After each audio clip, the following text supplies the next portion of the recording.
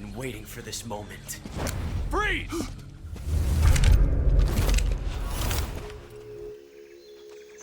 So this is the legendary boss. Metal Gear Solid Delta Snake Eater, the long-rumoured remake, or is that remaster? One of the best games from the PlayStation 2 generation has arrived. Snake Eater stands for connoisseurs of the series as the pinnacle, but when it launched on the then aging PlayStation 2, it was always designed with the PlayStation 3 in mind, something that showed in its performance at times, with it pushing the pioneering second generation PlayStation console harder than most, where it remained exclusive until the HD remasters on the PS360 generation, and even then, performance woes were not ironed out until 2023's Master Collection. Now Konami have returned to those remaster roots with a remake for modern consoles and PC, powered by Unreal Engine 5, but this is not what we would call a ground-up remake. And while some things have dramatically changed, many elements have remained the same. Allow me to explain. Commencing virtuous mission now.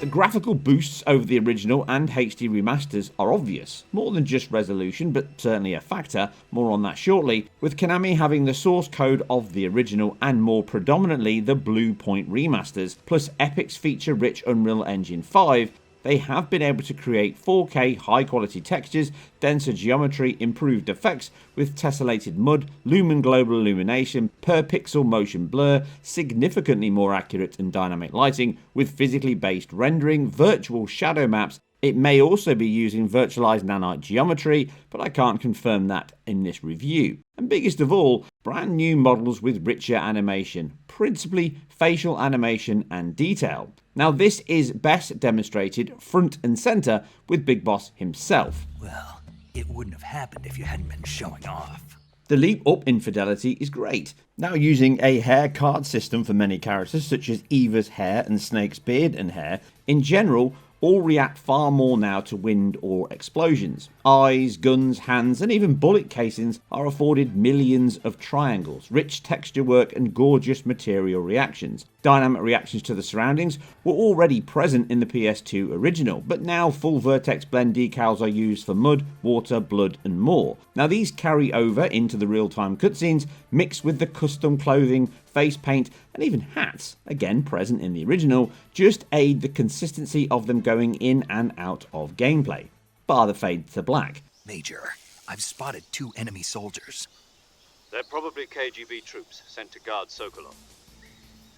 AK-47s and grenades. The camera and control system also receive a significant change. The old fixed angle raised camera is present, called Legacy Mode, which mirrors the PS2 and HD remasters. The latter being exactly what Metal Gear Solid Delta is using as its source. This offers the same challenge and dated mechanisms that became a hindrance in the modern era of smooth, precise aiming and full camera control. The new mode gives an over-the-shoulder view, full 360 degrees in all directions, and motion, seamless jumping from left to right or first person, which drastically improves how you play, but also lets you appreciate the dense jungle, wildlife, enemy patterns, and visual splendor on offer. Other colour tone mapping and filters can be applied, but default or sepia tone legacy are the best choices. No yellow filter here. The PS2 was always an overdrawn monster, and the old game still impresses with geometry-based grass, trees, but with modern hardware and software, Konami have added far more detail, motion, realism, and variety, from the exploding barrels, electrified fences, to the crocodile-filled muddy swamps or abundant fish-filled lakes, complete with screen space reflections. Everything now has a fuller, denser, and more detailed quality. The name's Eva. This is evident in the new lighting, shadow and global illumination system, which looks to use software Lumen to add more colour, depth and bounce light across the varied locales. Ambient occlusion appears to be a small part of that, but a huge aspect of the increased solidity and fidelity comes from UE5's VSMs, or virtualized shadow maps. Now these are far more expensive and detailed than old cascaded shadow maps and enable a fine-grained control of precise triangle-based shadows across every object on screen at a very high resolution, broken down into smaller page tables so that it doesn't have to load everything across the entire game or viewport. Now these are mixed with screen space shadows which endure no matter how small or large, near or far, every pixel can cast a precise shadow. This includes a form of umbra and penumbra feathered edges and even contact hardening. The PC's ultra setting is slightly higher than consoles based on the virtualized geometry sample per frame and filtering, with PlayStation 5's performance being a close match to medium and high, and Pro being closer to ultra. This is, aside from the assets and models, the biggest leap in visual quality, and the low settings on PC reflects that well. Plus, the team have not factored in a cheaper but less effective cascaded shadow map solution. In fact, low settings on PC are the worst I've seen in years, looking like everything is just turned off rather than low. Certainly not recommended.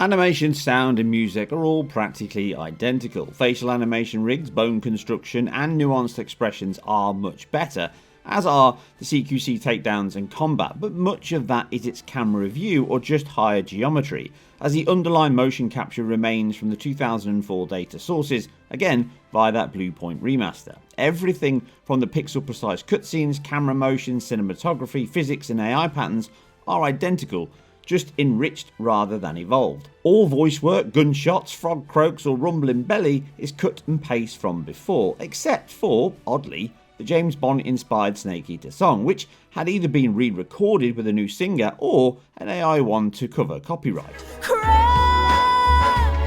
It's the way I lie to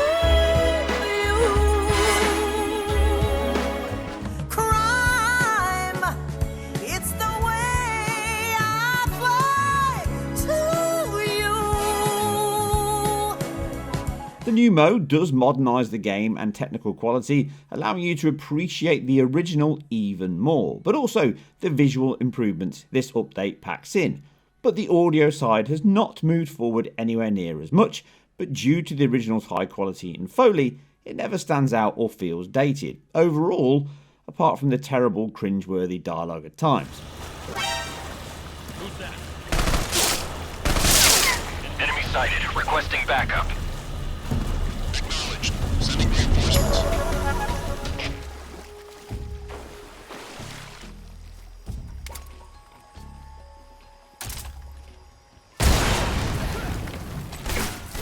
We had early access to the PlayStation 5 version, complete with PS5 Pro and the PC release. The game also launched for Xbox Series X and S, but we did not have review code to cover those here.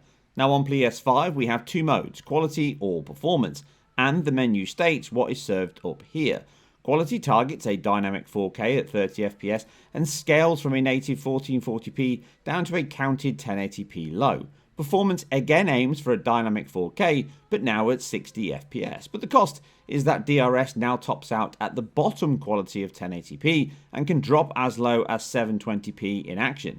Both use AMD's FSR 2 or 3 by the looks of things, and you can see the reconstruction of the image pixels across multiple frames when slow or no movement. Now on PC, we do appear to be getting the newer FSR 3 for sure, which does not ghost or break down as much as on consoles, but higher resolution bases always help reconstruction methods, accompanied by the choice of Unreal Own's Temporal Super Resolution, TSR, or, for the Nvidia guests, we get the superior DLSS 3 treatment.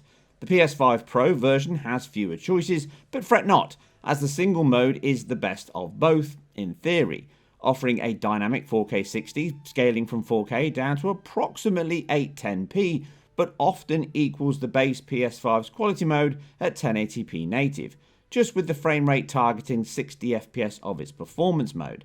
I didn't really count much higher than 1080p natively. It may go higher, it may go lower, but it often spends most of its time in this range. However, This appears to be due to it now using PSSR rather than FSR2 or 3 or TSR. The trade-off here is the image never breaks up or becomes heavily dithered like on base PS5, but the image is softer with less texture clarity resolved. Now, some of this is the FSR solution is over-sharpened, which adds more ringing noise and emphasizes ghosting more on foliage and high contrast. But the PS5 Pro can also suffer heavily with ghosting too, especially with enemies' movement on high contrast backgrounds. Now, due to the pros and cons, I would not call the PS5 Pro the fully superior image, as it still breaks down and causes artifact and noise, specifically in the foliage and shadow area. But it is not as apparent in play as the performance mode on PS5, which can look very noisy, softer, unstable, and dithered on hair, foliage, shadows, and more. Significantly more than the PS5 Pro and certainly the PS5's quality mode.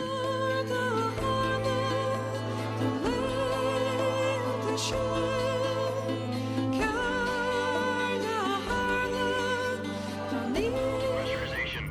Equipment check. Arm main parachute.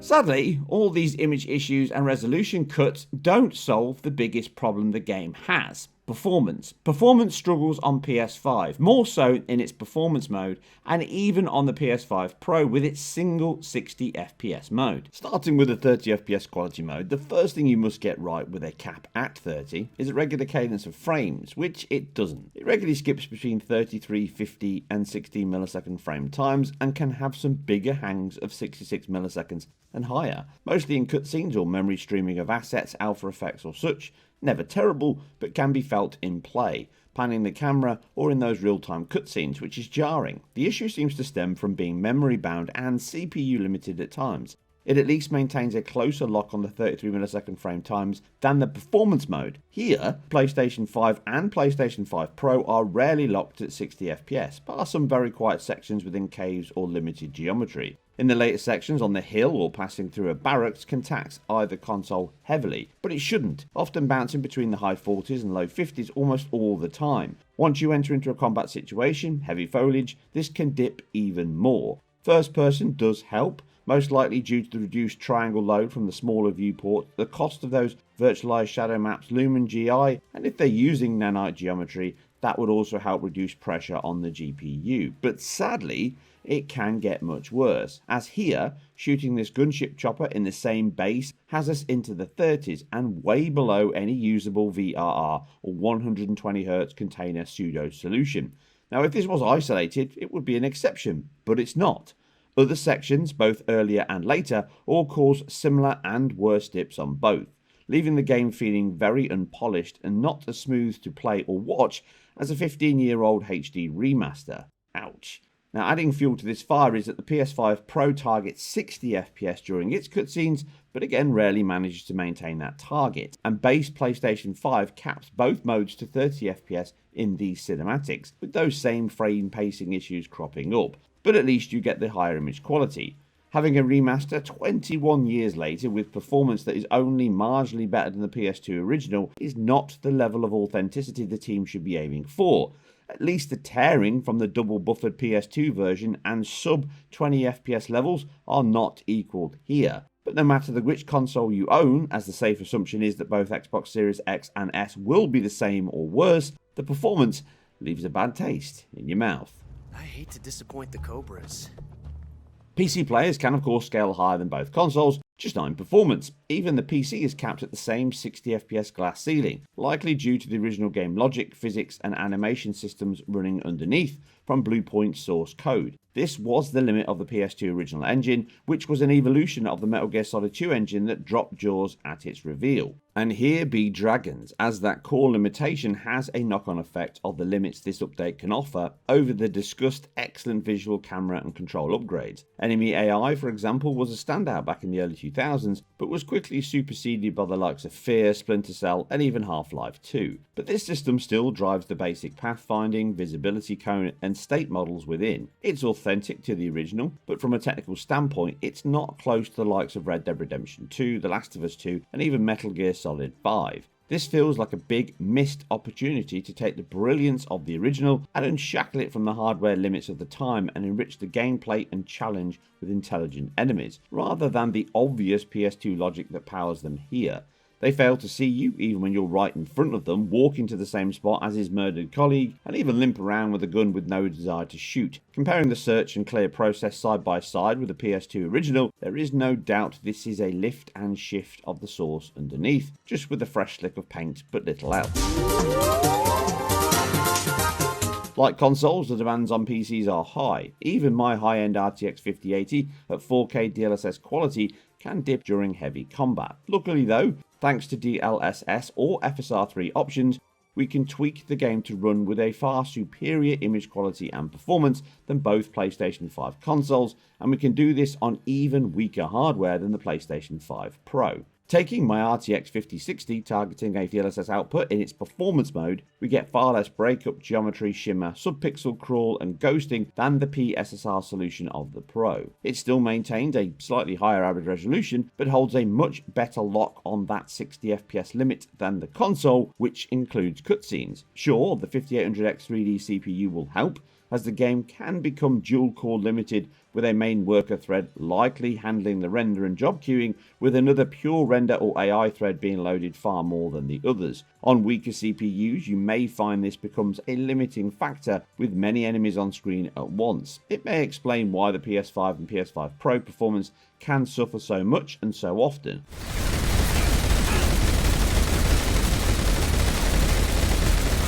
We have been tantalised and teased for many a year that a full ground-up Snake Eater remake was in the works, but now we have the full dish served up from Konami themselves. The taste and flavours are not what the menu offered. Sure, the visual increases, improved fidelity, character models, and options to play with a far better camera and control system mean the game plays and runs better than ever.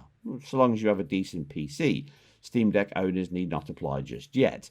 But this is a given after so much time. The bigger issue is the choices made from the team and the final quality delivered at launch seem to present a game that has not been in development for that long and has crammed in a great deal of UE5 technology without asking if it should or even if it works. PC demands are very high, demonstrating this is not a console issue but a developer one. The FSR solution is poor and does not factor in the art style and visual choices of the game. Performance is terrible at times, even on PC, but worst of all, the game is just a reskinned version of the Bluepoint remasters. The memory limits of the PS2 still chunk up the large game into smaller loading screens of similar DVD loading times. Cutscenes fade to black and back, AI is exactly the same, making combat feel worse than it could have been. Fundamentally, this is a well-presented, gorgeous-looking, but ultimately empty meal when it comes to the legacy of the original, and it performs worse on PS5 and PS5 Pro, making only material changes to the game, but not balancing those with the needs of the gameplay, the platforms,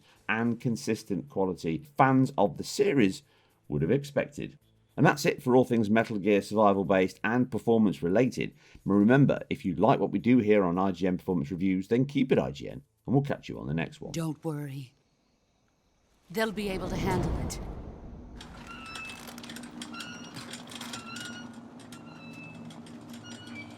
I'm leaving him to you, the fear.